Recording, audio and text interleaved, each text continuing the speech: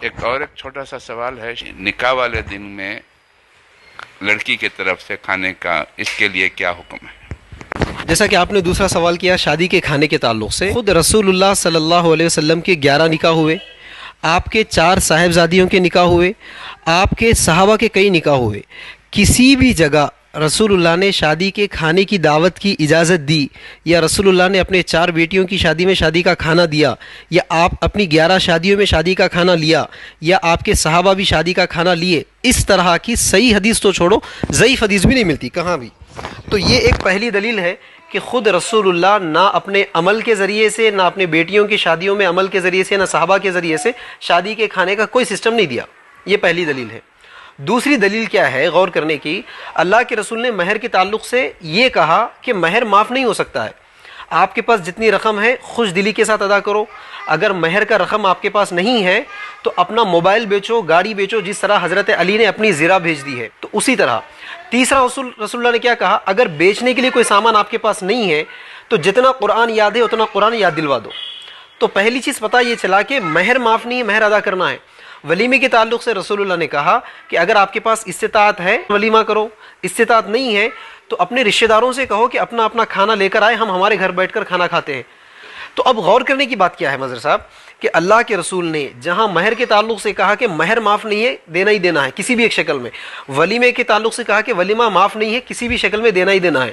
اگر اسی طرح شادی کے دن لڑکی کے باپ کے خرچے پر کھانا کھانا یا لڑکی کے باپ کو شادی کا کھانا کھلوانا امت کی بیٹیوں کے لیے اگر خیر ہوتا، کیا رسول اللہ اس کا حکم نہیں دیتے؟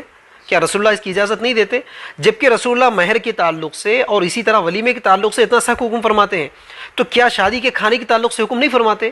تو یہ دوسری دلیل ہے کہ رسول اللہ نے شادی کے کھانے کا کوئی اجازت ہی نہیں دی۔ اور تیسری دلیل آپ غور کیجئے، اللہ کے رسول اپنی زندگی میں کئی ایسے دن گزارے کھانے کے لیے کھانا نہیں تھا، اپنے گھروں پر جا کر پوچھتے ہیں کھانے کے لیے کچھ ہے، تو بیوی نے کہا کہ اب گھر پہ کھانا کچھ نہیں ہے، دوسرے گھر، تیسرے گھر، اس طرح کئی گھر چلے گئے، پوچھے کھانے کے لیے کچھ ہے، سارے مکان والوں نے کہا کہ کھانے کے لیے کچھ نہیں ہے۔ رسول اللہ نے کہا کہ آج میں روزہ رکھ لوں گا۔ مطلب سوال میرا یہ ہے کہ کیا اس دور میں صحابہ کے گھروں میں شادیاں نہیں ہو رہی تھی؟ ہمارے دور میں تو ایک ایک شادی کے اوپر ہم جا کے اٹک جاتے، صحابہ تو 4 شادیاں کرتے تھے۔ اس حساب سے اگر دیکھ لے، اگر صحابہ کے گھروں میں شادیاں ہو رہی تھی تو مہمانوں کے لسٹ میں رسول اللہ سے بڑے مہمان کون ہوتے ان کو؟ کیا وہ رسول اللہ کو کھانے کی دعوت نہیں دیتے؟ رسول اللہ کو بھوکا رہنے کی نوبت ہی کیا آتی تھی؟ حالانکہ ایسے کئی واقعات گزرتے، کئی دن ایسے گزرے رسول اللہ پیٹ کو پتھر باندھ کر گزارا کیے۔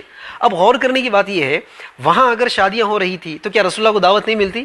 یقیناً ملتی، لیکن وہاں شادی کے کھانے کا کوئی تصور ہی نہیں تھا۔ شادی کرنا تو پبلک کو جمع کرو، پوری گیدرنگ کرو، 1000 لوگوں کو جمع کرو، لڑکی کے باپ کے خرچے پر کھانے کی دعوت کھلاؤ، یہ سسٹم تھا ہی نہیں اس دور میں۔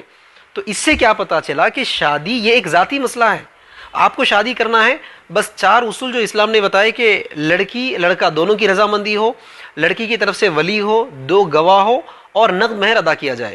جہاں یہ 4 شرائط مکمل ہوتے ہیں آپ کسی جگہ بیٹھ کر نکاح کر دو، لیکن ان تمام 3 بنیاد پر، ان 3 دلائل کی بنیاد پر آپ دیکھیں گے تو شادی کے کھانے کا کوئی تصور اسلام میں ہے ہی نہیں، بالکل دور دور تک کوئی تصور نہیں ہے۔ اور دلچسپ بات میں بتاؤں، اگر جہیز کا معاملہ دیکھ بھی لیے، مشکل سے جہیز 2 لاکھ سے 3 لاکھ کا بنتا آج کے دور میں، لیکن شادی کے کھانے 5 لاکھ سے 10 لاکھ کے نکل رہے۔ آپ حیدرآباد کا دیکھیے، ایک ایک شادی خانہ 2 لاکھ سے کم کا نہیں ہے حیدرآباد میں، اور حیدرآباد میں شادی کے کھانوں پر 5 لاکھ سے کم کوئی دعوت ہی نہیں ہوتی۔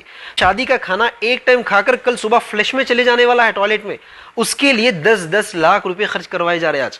تو یہ دوسرا اصول، شادی کے کھانے کا کوئی رواج اسلام کے اندر نہیں ہے۔ اب اس کا بھی وہی اصول ہے کہ جب جو اصول رسول اللہ کا طریقہ نہیں ہے تو اس میں شرکت بھی کسی طرح سے جائز نہیں ہو سکتی ہے۔ آمین ویاک۔